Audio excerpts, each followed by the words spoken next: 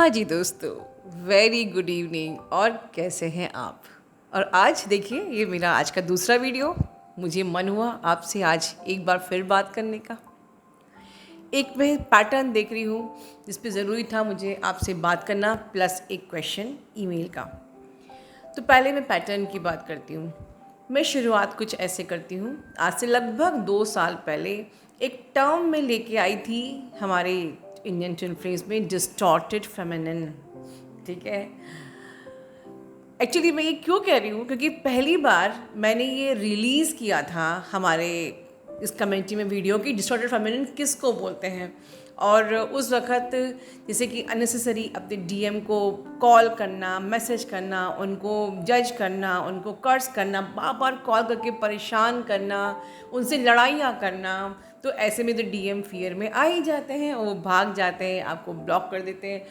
तो 2 साल पहले क्योंकि इतनी अवेयरनेस नहीं थी कि हाँ ये जो भी हम करते हैं वो गलत करते थे, ठीक है, तो हम आपको लगता था कि हम इतना प्यार करते हैं इसलिए हम कॉल करते हैं, हमें दर्द होता है इसलिए हम मैसेज बार बार करते थे, बट आपने डीएम की साइड से रख के देखा ही नहीं।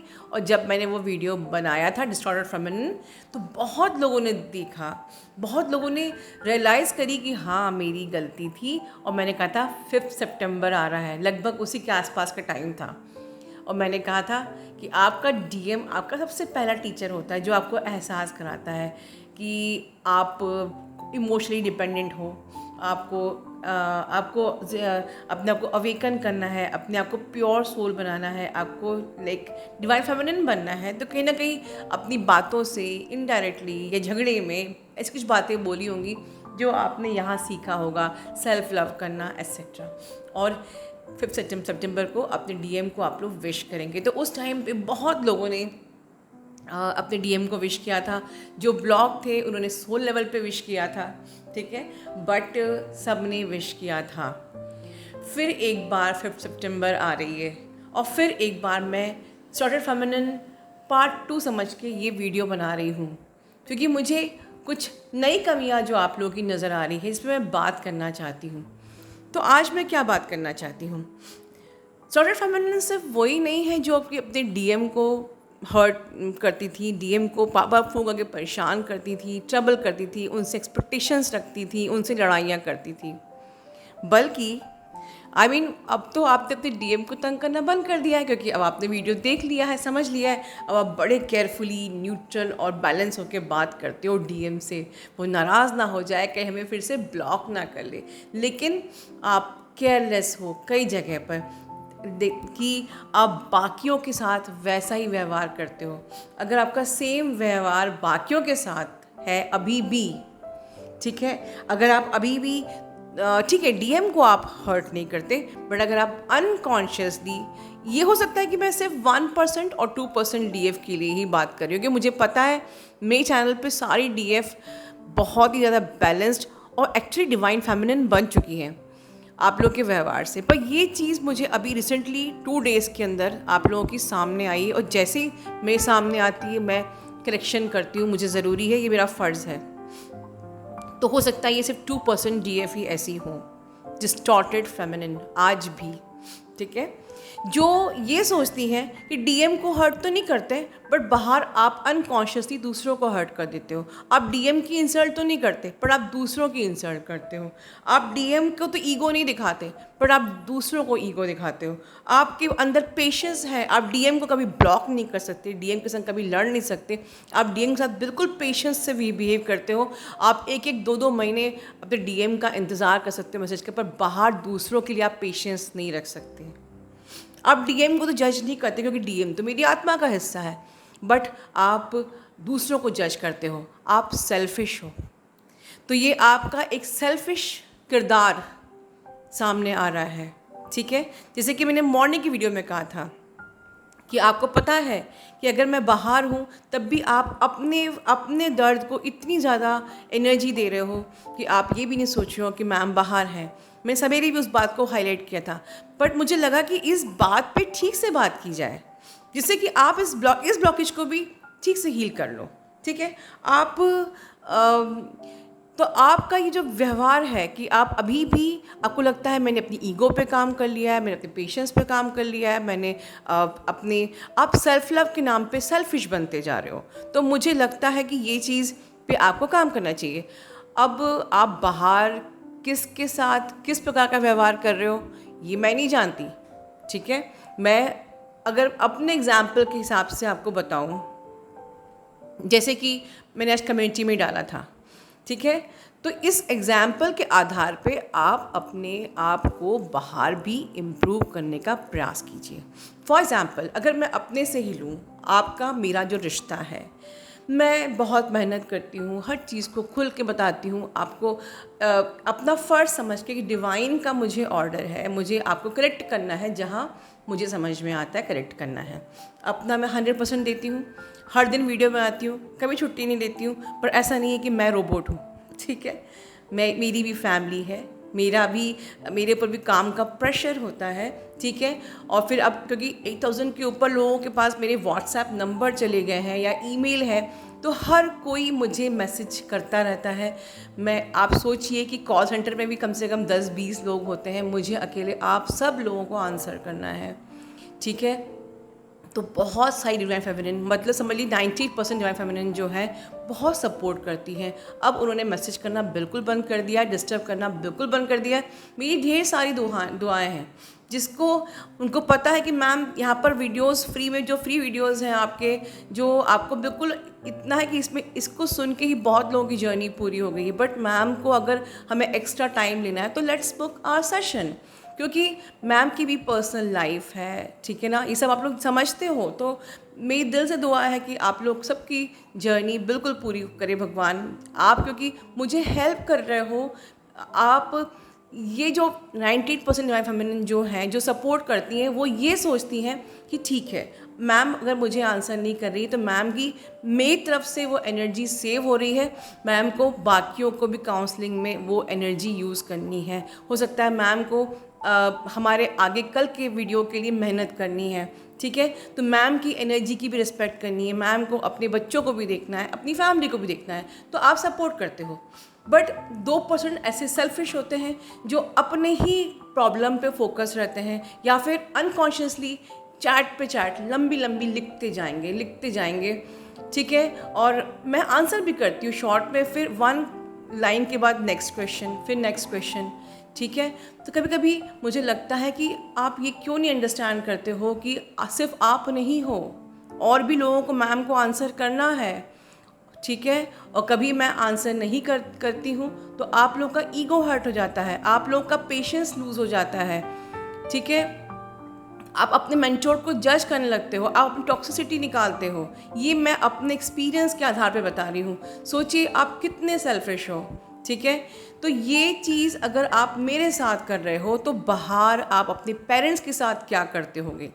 अब ये सोचिए कि आप अपने पेरेंट्स के साथ क्या करते होगे, आप अपने बॉस या अपने ऑफिस में कलीग्स के साथ कितने सेल्फिश होगे, ठीक है। या आप बाकी अपने फ्रेंड्स के साथ कितने सेल्फिश होगे, या आपको सिर्फ अपना ही पेन पता है, आप फ्री बैठे हो, आप 10 लाइन चैट के लिख सकते हो, ठीक है। बट आपको लगता है कि जो सामने वाला है वो फ्री है क्या, आप नहीं समझ सकते। सिर्फ आप डीएम के साथ समझते हो कि हाँ डीएम बिजी होंगे, तो ये आपका ब्लॉकेज है। डीएम का मैसेज ना आए तो हमको ये कॉम्प्रोमाइज़ करना पड़ता है कि डीएम बिजी है इसलिए रिप्लाई नहीं कर रहा, पर बाकी जगह हम ये कॉम्प्रोमाइज़, ये एडजस्टमेंट, ये मैच्योरिटी क्यों नहीं रखते हैं। वहाँ पर हमें क्यों, दूसरी जगह पर हमें क्यों ईगो आ जाता है, क्यों ईगो हर्ट हो जाता है, या हम रिप्लाई के लिए पेशेंस नहीं रख पाते हैं, या हम हर्ट करते हैं, या अपनी टॉक्सिसिटी, अपनी जर्नी का पेन थ्रो करते हैं लंबे लंबे मैसेज करके या लंबे लंबे वॉइस नोट लिख के। क्यों हम ये नहीं सोचते कि सामने वाला इंसान कॉन्सेंट्रेट की तरह वहाँ पर बैठा हुआ नहीं है। ये चीज़ सेल्फ लव में के अंदर आपको सेल्फिशनेस को भी हील करना पड़ेगा। सेल्फ रिस्पेक्ट, सेल्फिशनेस और सेल्फ लव, 3 चीज़ में फ़र्क समझिए। सेल्फ लव मतलब अपने आप को हमेशा, अपनी खुद की रिस्पेक्ट करना हमेशा, ठीक है। बट जो चीज़ आपको अपने लिए अच्छी ना लगे वो दूसरों के संग नहीं करना। If suppose someone is just taking your time, if someone is wasting your energy by chatting for hours, और सिर्फ someone is wasting your time, your energy and this thing, आपको कैसा लगेगा? ठीक है, तो ये मैंने एक डिटेल में एग्जाम्पल दिया है जिससे कि आप बाकी जगह भी जिन जिन के साथ आप सेल्फिश हो, जिन जिनको आप हर्ट कर रहे हो अनकॉन्शियसली, जिन जिनको आप ईगो दिखा रहे हो, जिन जिनको आप इंसल्ट कर रहे हो, जिन जिनको आप अपनी टॉक्सिसिटी बखेर रहे हो, इस 5 सितंबर में आप उन लोगों से माफ़ी मांगिए। और सिर्फ होपोनोपोनो प्रेयर में नहीं डियर, होपोनोपोनो प्रेयर बिल्कुल भी एक फीलिंग वाली प्रेयर नहीं होती है। ये सिर्फ एक फॉर्मेलिटी होती है कि हाँ, फीलिंग के साथ किसी से माफ़ी मांगी, सोल लेवल पे नहीं। अगर आपने अब तक झांकिए, आज आपने किसी का दिल दुखाया है, किसी को हर्ट किया है अपने सेल्फिश अनकॉन्शियस बिहेवियर के कारण से, तो प्लीज़ उनसे माफ़ी मांगिए, तभी आपकी जर्नी पूरी हो पाएगी, वरना नहीं हो पाएगी। हर आत्मा को सिमिलर देखिए, आपके डीएम की तरह हर आत्मा को सिमिलर देखिए। डीएम को आप पेडिस्टल पे मत चढ़ाइए। अब एक और क्वेश्चन लूँगी, मैंने बहुत लंबा कर दिया इसको इमोशंस में आके। अगला क्वेश्चन है कि एक डीएफ ने पूछा है कि क्या मैं अपने पति को चीट कर रही हूँ? ठीक है, तो मैं कहूँगी हाँ, पर कुछ कंडीशन है तब। आप अपने पति को चीट कर रही हैं अगर आप ट्विन फ्लेम नहीं हैं। मेरे इन पॉइंट्स को आप आज लिख लीजिए। आप अपने पति को चीट कर रही हैं अगर आप ट्विन फ्लेम नहीं हैं, क्योंकि बाहर ये एक एक्स्ट्रा मैरिटल अफेयर ही माना जाएगा। आप अपने पति को चीट कर रही हैं अगर आप खुद पर काम नहीं कर रही हैं। ठीक है, आप अपने पति को चीट कर रही हैं अगर आप अपने डीएम को सिर्फ लस्ट भरी नज़र से देखती हैं। ठीक है, आप अपने आप को चीट कर रही हैं अगर आपको सिर्फ डीएम से मतलब है और स्पिरिचुअलिटी से कोई मतलब नहीं है। आप अपने डीएम को, आप अपने हस्बैंड को चीट कर रही हैं अगर आप सिर्फ सेक्सुअलिटी और लस्ट में लिप्त हैं। ठीक है, इन कंडीशंस में आप अपने हस्बैंड को चीट कर रही हैं। एट द सेम टाइम मैं अदरवाइज़ ये ट्विन फ्लेम्स के इस कनेक्शन को सिर्फ वही समझ सकता है जो खुद एक ट्विन फ्लेम है। बाकी बाहर के लोग सिर्फ इस कनेक्शन को चीटिंग या एक्स्ट्रा मैरिटल अफेयर ही समझेगा, वरना हमारी डिवाइन फेमिनिन किस प्रकार से हार्ड वर्क करती हैं, बीइंग इन मैरिज इतने लंबे हमारे सिस्टमेटिक इनर वर्क कर रही हैं, इतनी तपस्या कर रही हैं, तो हर कोई नहीं समझ सकता। सिर्फ ट्विन फ्लेम ही समझ सकते हैं इस कनेक्शन को कि वो अनकंडीशनल लव में कितनी साधना कर रही हैं, कितना अपने आप को अवेकन कर चुकी हैं।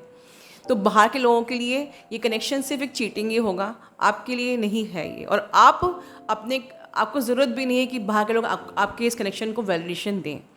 आपका कनेक्शन सिर्फ आप जानते हो और भगवान जानता है। लेकिन हाँ, जो महिलाएं किसी कनेक्शन में नहीं हैं, ठीक है, मेरी सिंपैथी उनके लिए भी है, क्योंकि कभी कभी हमारे लिए सोचना बहुत मुश्किल है। अगर हम एक हैप्पी मैरिज में हैं तो हम नहीं समझते, हम जज करते हैं कि क्या पता कोई महिला जिसकी शादी उसके पति से हुई है, बट यू डोंट नो कि वो उसके सर्कमस्टांसेस से गुजर रही है। ठीक है, यू डोंट नो कि उसकी शादी जिससे हुई है वो कोई नार्सिसिस्ट तो नहीं है। यू डोंट नो कि वो इससे एक साधारण महिला की शादी हुई है, कहीं वो उसको सेक्सुअली हरास तो नहीं करता है, या कहीं उसको मिसयूज़ तो नहीं करता है, या किसको मारता तो नहीं है, उसके संग क्वारल तो नहीं करता है। You don't know. तो हम अगर बाहर कोई महिला एक्स्ट्रा मैरिटल अफेयर में जाती है बिकॉज ऑफ सम रीज़न, तो उस पर कोई किसी प्रकार का लांछन ना लगा के, किसी प्रकार की बड़ी बड़ी भाषण ना सुना के, उसकी परिस्थिति को समझना चाहिए कि ये महिला आखिर क्यों अपने दायरे को लांघ के बाहर आई है, और उसको सपोर्ट करना चाहिए, उसे सही राह दिखाना चाहिए। ठीक है, क्योंकि हर किसी का नसीब नहीं होता है कि उसे बहुत ही अच्छा हस्बैंड मिले, बहुत ही केयरिंग हस्बैंड मिले, बहुत ही पैम्पर करने वाला हस्बैंड मिले। ज़्यादातर ट्विन फ्लेम्स के बाहर भी ऐसी मैरिज हुई है। यहाँ हम कहते हैं ट्विन फ्लेम को छोड़ दीजिए और अपनी शादी को चैन से आप जिए, पर उन लोगों से पूछो कि वो ट्विन फ्लेम तो छोड़ देंगे, पर उनके हस्बैंड क्या हाल बना रहे हैं उनका। अगर वो हस्बैंड सोलमेट हैं is well and good, but अगर वो हस्बैंड कार्मिक है, नार्सिसिस्ट है, अब्यूज़ कर रहे हैं, हरास कर रहे हैं, सेक्सुअली उनको हर्ट कर रहे हैं, तो आप क्या कहेंगे? तो हम यहाँ बैठ के सिर्फ किसी को जज नहीं कर सकते, किसी इंसान को, किसी कंडीशन को। हम सिर्फ उनको सपोर्ट कर सकते हैं, उनके लिए प्रे कर सकते हैं। तो ऐसा कोई भी इंसान आपकी लाइफ में आता है जो कि ट्विन फ्लेम जर्नी पे नहीं है, तो आप जाके उनको कम से कम एक इमोशनल सपोर्ट दीजिए, ठीक है? और साथ ही मैं कहूँगी, अपना ध्यान रखिए। Love you all, God bless you all.